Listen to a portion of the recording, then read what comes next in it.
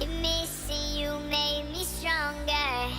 Then I'd be Superman. If I fly around the world, it wouldn't take me longer than it would to be your man. I fight 1,000 guys, live to die 1,000 lives. Oh, I find another way to make me smarter, just so I could understand. I'll find what you're looking for,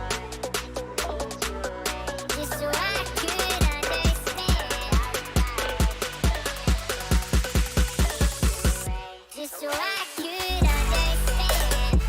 Welcome to the 12th episode of Crypto Market Updates. I'm your host Jack, located in Ulsan, South Korea. Today is the 7th of March, and the market is not looking too great recently. What we're going to talk about today, I'm going to talk about, we'll go over the market, we'll see what the cryptocurrency market is doing in regards to the Russia-Ukraine situation and what Korea is doing in that regard. Some new information regarding one of the exchanges here that has received approval, set itself up with a bank here in South Korea, which means it might soon become eligible for crypto to fiat exchanging once more. So I'll tell you in a minute which crypto exchange that is, and I'm gonna go over some other crypto related tidbits of interest to all of us here in the crypto world. But let's start off with looking at what's been happening in the cryptocurrency market. What are we looking at here?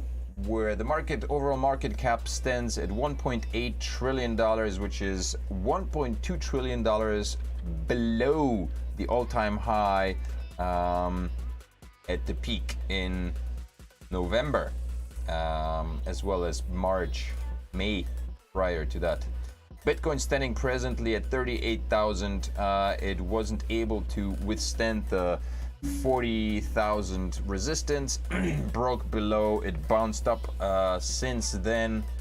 Here on the 8-hour chart, it broke through the weekly support here of 38,000. This pattern here of a double wick, it's a trend reversal here. So on the 8-hour chart, the candle is moving up. We'll see if it breaks, if it closes above this weekly, then we should be okay. And then hopefully it continues to break above the 40,000, and we'll see how far that goes over this upcoming week. But I guess things are not looking too great at the moment, seeing how last week I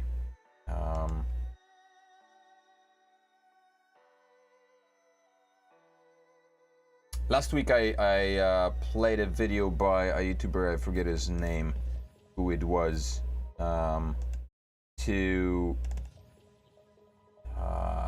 was talking about how the cryptocurrency market moves in unison with the stock exchange, and when the stock exchange plummets, so does the crypto market, and stock exchanges tend to go into a recession during time of war. And it takes some time after the war, about 45 days or so, for the stock exchanges to recover. So yeah, here we go. Ethereum was at $22,500 just a day ago, I think. BNB 380 USD coin, XRP at 70 cents, Terra Luna $83, Solana $85, Cardano at 84 cents. What an embarrassment. I saw an interesting post just today saying that Luna's gonna, or Cardano's gonna rebound pretty soon at with 200%. We'll see how that is gonna go. Avalanche 75%, Polkadot $16, not bad. Binance USD, BUSD, well, that's a stable coin, so who cares? Dogecoin 12 cents. Yeah, things are not looking too great. Everything's on a discount, man. If I had money, I'd be buying left and right, but I don't have any money because I'm stuck with my bags from, the previous drop. So that's what it is. The meager 1.8 trillion is what it is. I assume that the next bull run should be pretty massive. So we saw the increase of 1 trillion, from 1 trillion to 3 trillion over the past bull run. So I assume chances are that the next bull run is going to be even larger. So if the market cap, overall market caps were to go to 4 or 5 trillion dollars, man, we're going to see Bitcoin have a massive run up rather. What's with the accent? Massive run up. Yeah. So the conflict between Russia and Ukraine is certainly it delegates blows to the entire economy, both crypto. It's surprising that I think a lot of people are a bit surprised by the fact that Bitcoin is supposed to be the hedge against inflation and everything else that's happening, but yet right now the cryptocurrency market is following the same trend as the stock market. And I guess many people presumed, so did I guess, that Bitcoin and cryptocurrencies would be a hedge against the regular fiat market and whatnot, but doesn't seem to be happening. In any case, almost 70 million in crypto has been donated to Ukraine so far as war rages on. Ukraine's donation numbers have soared following the invasion of Russia by Russia. The country, which had turned to crypto as a way to receive support from around the globe, has found it to be one of its most efficient avenues since then. The amount of crypto donated grew rapidly as prominent figures and entities such as Polkadot founder Gavin Wood and Binance joined the effort. Wood alone had donated almost 6 million, while Binance had pledged $10 to the cause. I assume this is $10 million.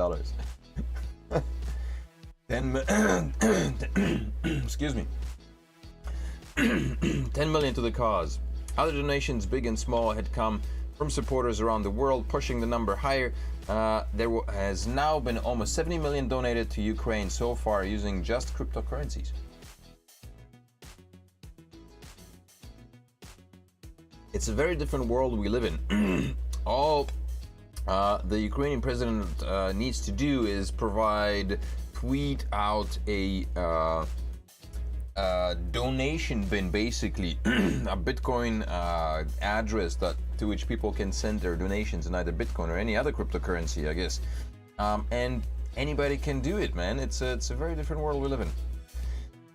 These donations span across the official crypto wallet addresses of the Ukrainian government, as well as those used by non-governmental organizations and volunteer groups who have been aiding the fight in their own way. So yeah, that's what's happening. For more crypto, South Korean crypto exchanges block Russian IPs. So not only that, Korean crypto exchanges are now blocking Russian users from using their crypto. Upbit, Bitum, Coinon, and Corbit announced restrictions to block Russian IP addresses on Thursday, bringing the total to 5 in the nation. The only problem with that is I'm not exactly sure who these Russian IP addresses belong to, because Korean exchanges do not permit registration of expats or anybody who does not possess a Korean ID. So if you don't have a Korean ID, you are not eligible to register with either one of these exchanges. So I guess if you are a Korean living abroad and you're trying to withdraw money from one of the crypto exchanges and you're using a Russian IP, then you're kind of screwed. But I mean, there's always NordVPN, and there's a bunch of other VPNs that you can use, and I guess bypass that. GoPax was the first crypto exchange in South Korea to publicize the restriction, citing efforts to align with Western sanctions imposed against Russia from its invasion of Ukraine. Upbit and Coiner revealed that they have already been barring Russian users from the exchange to eliminate money laundering risks. Local restrictions make it difficult for foreigners to open accounts with South Korean exchanges, and according to Upbit, largest in the nation, no Russian users previously existed on its platform. The 4 exchanges are the only local platforms licensed to provide cash to crypto transactions. GoPax reportedly banned around 20 accounts related to Russian users from its platform on Wednesday. There you go. GoPax, South Korea's 4 biggest exchanges, slammed the door on Russian users. Vladimir Putin's regime by banning IP addresses. GoPax, one of the major exchanges platform in South Korea, was the first. Okay, yes, we know that. GoPax just signed a banking agreement with local institutions under its true name, indicating that it may soon resume crypto to fiat trade. So this is for those who are GoPax users. Good news for those peeps, because GoPax may soon you may soon be able to exchange crypto for fiat on GoPax once more. So that's good, I guess. One additional crypto exchange that will allow us to do that. So that's good. Korean blockchain experts seek the government's help for digital asset market. There is a push. Apparently, there's over 200 small and to medium-sized crypto exchanges in Korea that were shut down because of the ruling that that was passed just a little while ago, which banned basically all these exchanges. The Korean Digital Asset Industry Committee meeting discussed crypto tax, DeFi markets, non-fungible tokens, and the metaverse during its meeting on Thursday. The Korea Digital Asset Industry Committee, composing of leading blockchain experts in South Korea. I have no idea who they are, but they are just probably wealthy guys who want to be more wealthy. So they're pushing it, legislations. They're lobbying the government to implement the right regulations in order to make crypto exchanges feasible again and workable. The group of experts gathered on Thursday to discuss various ways in which Korea could become a leading digital asset market and what role the government should play to achieve that. The experts believe that blockchain technology and cryptocurrencies would become pivotal tools for the fourth industrial revolution. Indeed, I agree. The blockchain experts called upon the government to support the nascent cryptocurrency industry along with other emerging use cases such as decentralized finance, decentralized autonomous organizations, non-fungible tokens, and the metaverse. Metaverse is a hot one. Hot topic these days. We're still looking at the regulators had earlier proposed a 20% tax on crypto gains, but the proposal was postponed amid a lack of clarity on crypto regulations. While regulators have shown a strict stance toward the virtual asset market, they seem quite bullish on metaverse as the country announced a 187 million investment in the national metaverse project. Yeah, Korea's really pushing for that.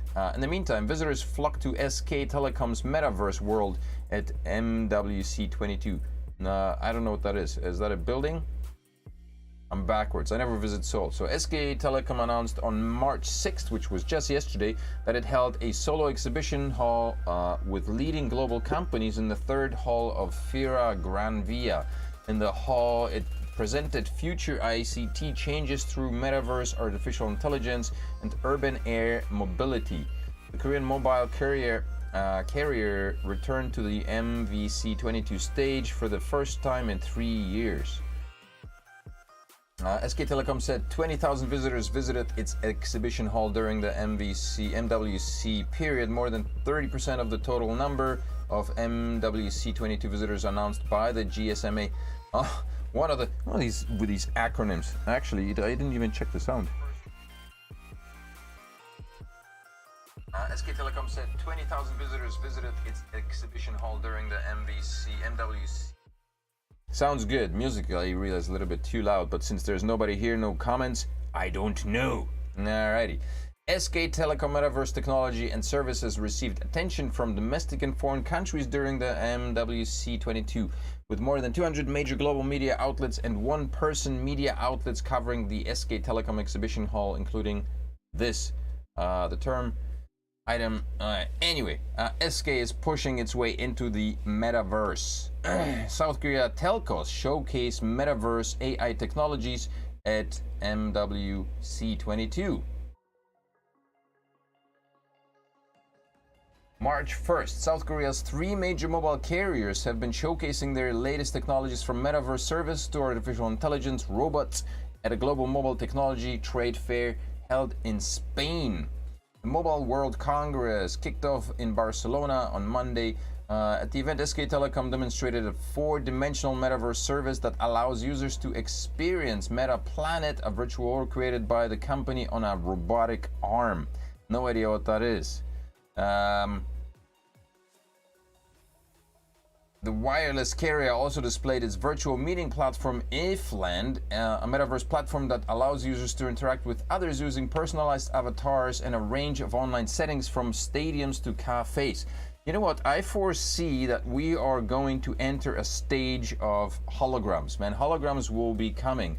That's going to be part of the metaverse. We'll be able to interact with holograms, whether avatar or project ourselves into other people's bedrooms. I don't know if you've watched the movie with Tom Hanks. What was it? The Hologram for the King or something like that. And it was a movie in which Tom Hanks works for some American company and he travels to the United Arab Emirates to develop a technology for one of the kings there, or for the king there, which basically would be a hologram that would allow the king to interact with whoever he would be interacting with. Eventually that company, Tom Hanks's company, got outbid by some Chinese company, but that was already, it's an older movie. I don't know. Actually, I don't know. Let's see. Hologram for the king.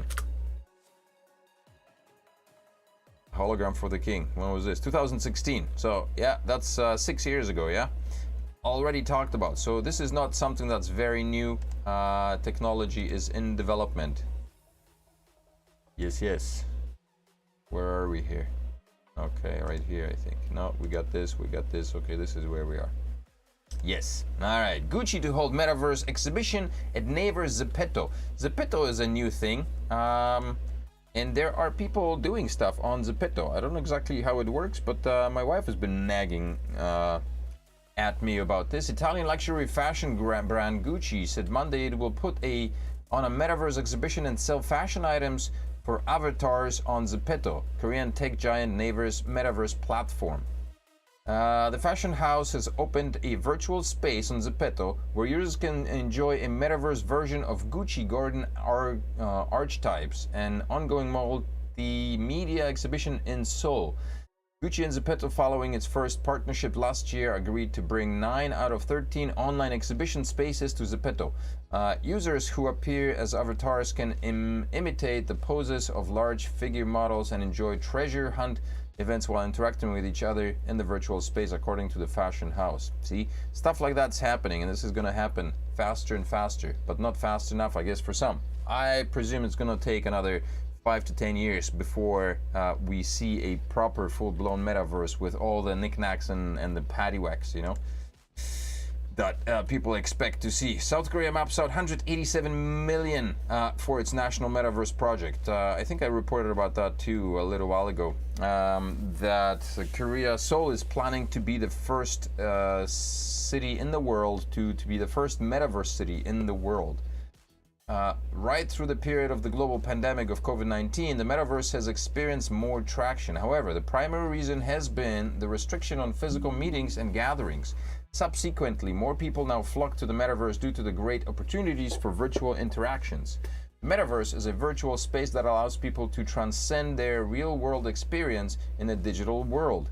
It enables individuals and even businesses to shop, work, purchase property, trade, or even engage in the art within the virtual world. There are several different metaverses, obviously created by different companies. And the thing that I'm wondering about is, how will these work together? There's got to be something eventually at one point. That's what I mean. Like, these things will come in pockets. There will be pockets of industry already that are either being developed or under development. Same thing, or are already developed, but they are pockets that are separated, and eventually somebody or an entity, or probably, like my friend said, a large company will come, multi-million company, that will bring all these things together. And the same thing applies with the metaverses that we have right now. Like, there's Decentraland, there's Upland apparently as well, something of that sort. There are several different kinds of metaverses out there,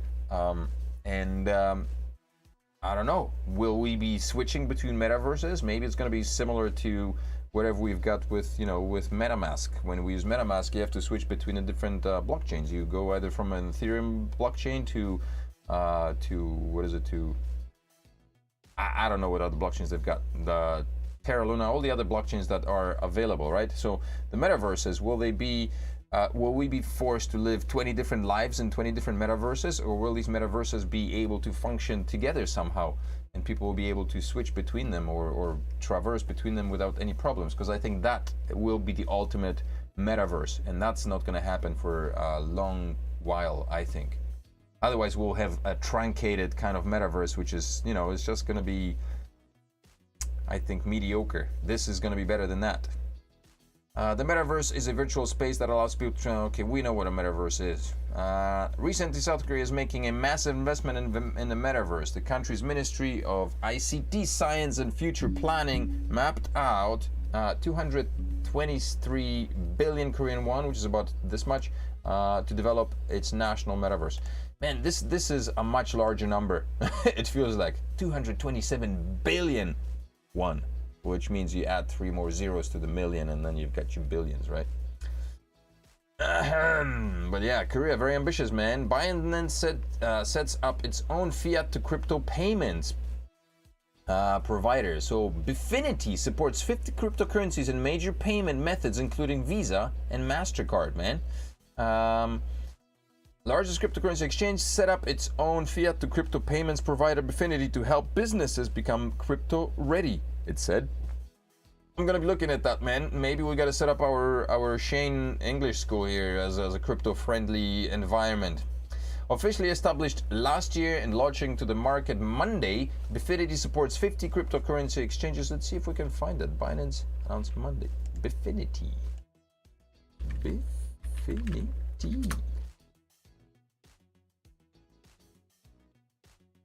Let's see. Interesting. Scale your business with crypto. Partner with us. Accept crypto payments and grow your business online with Bifinity powerful payment software and API solutions. Look at that. Tap in the future. Binance 50, powered by Binance, support 50 currency. Very interesting. Very, very interesting. All right. Well, we're gonna have to look at it. That's very, very interesting. Merchants will be able to use Bifinity's API to get their what's going on here? To get their business crypto ready, enabling them to accept payments in crypto. Vilnius, Lithuania-based Bifinity's first clients are digital assets financial services firm Equanex and payments platforms Checkout.com and PaySafe. Very good. There you go, man. Things are moving forward. That's why the crypto is moving forward. It's not sleeping. It's a bit of a, you know, in a slump right now, but it's definitely not going away, and it's definitely moving forward. So if you haven't invested in crypto yet, man, you should be. Whale holdings in Cardano's ADA token hit record high. Large investors have boosted their coin stash by more than 40% this year. I mean, ADA's standing at 87% right now, man. Who's not buying ADA? You should be stacking up on that stuff. I would be if I had the cash for it, man. Large investors known as Whale, thank you, appear to be bargain hunting Cardano's ADA token as the programmable blockchain decentralized finance protocols see rapid growth. The balance held by addresses worth 1 million to 10 million coins rose to a record 12 billion ADA. Last week, a 41% gain since late January, data provided by blockchain analytics firm Into the Block show. Yeah. Total value locked in Cardano's networks has increased by 50 million in a week.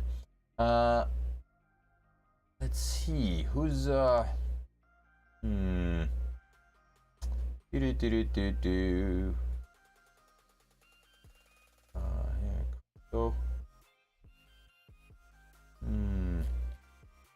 I found that there was a website.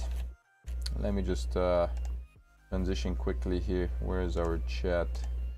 Hey, welcome to the podcast. I found that there was a cool website that had stats of locked up. Huh.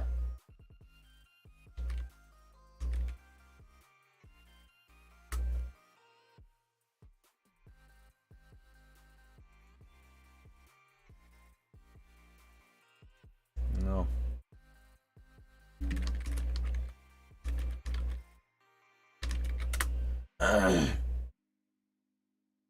The pulse, is it?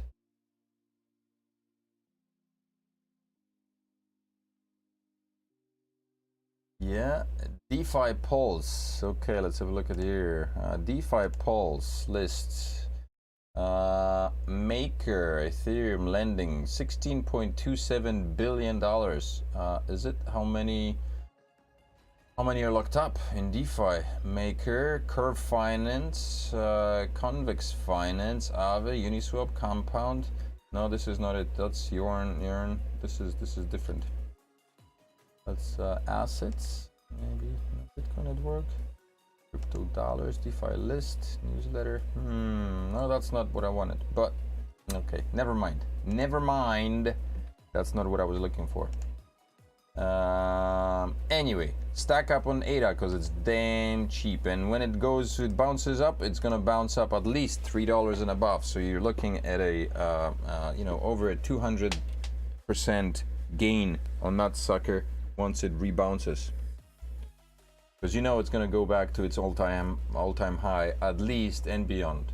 South Korean presidential candidate issues over 22,000 NFTs, and although 22,000 NFTs looks like it's, seems like it's a lot, it's not. It's a pretty regular number, really, because when you see any NFTs issued on Binance NFT, it's usually in that vicinity, somewhere 22, 24, I think is the highest. But this dude, the conservative candidate for South Korea's March 9th presidential election, Yook Suk-yeol, issued non-fungible tokens NFTs featuring images and videos of himself on Monday in an attempt to sway younger voters at the final stages of his campaign. I wonder how much they went for.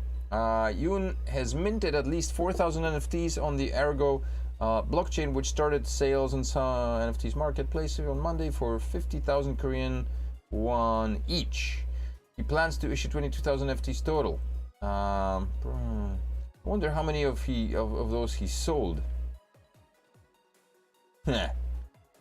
So there you go. He's trying to to garner some younger audiences. Coinbase blocks 25,000 Russian wallets linked to illegal activities. Coinbase jumps on the bandwagon of blocking crypto for Russians. Trezor's wallet shipments to Russia stopped immediately after sanctions. Tezos no longer ships its wallets to Russia. Probably good. And that's that, peeps. That is it. That is it for the crypto news.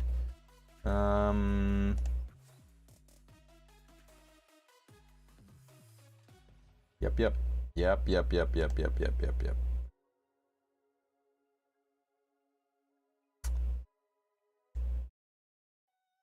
So, as a last note, I would like to say, if you haven't started buying any crypto now at the discounts, you're missing out. Don't wait too long, Be greedy when the market is fearful, and be fearful when the market's greedy.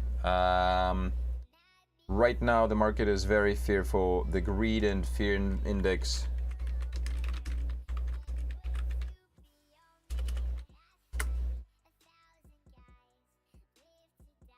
greed index. What are we at here? Wow, look at that. It's at 16. Man, that's extreme fear. That's yeah, extreme fear indeed. People are scared shitless. So this is a good time to be hopping in on the bandwagon and picking up some ADA at huge discounts, because once the market rebounds, man, it's gonna be rebounding hard, I think. And it's gonna be a fast rebound if that happens, and we don't know when it's going to happen.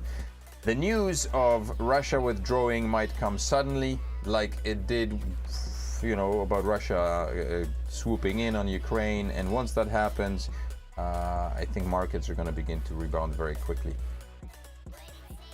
Alrighty, that's it for today's episode of the crypto updates, market updates. I hope you enjoyed that one. Make sure to smash up the like, subscribe to the channel, share the love with the world, share the channel, and come back for more over the next coming weeks. And if no other videos, then make sure to be here next week for more updates from the crypto market update podcast channel /2. We'll see you in the next one. Have a good evening, good night, bye bye.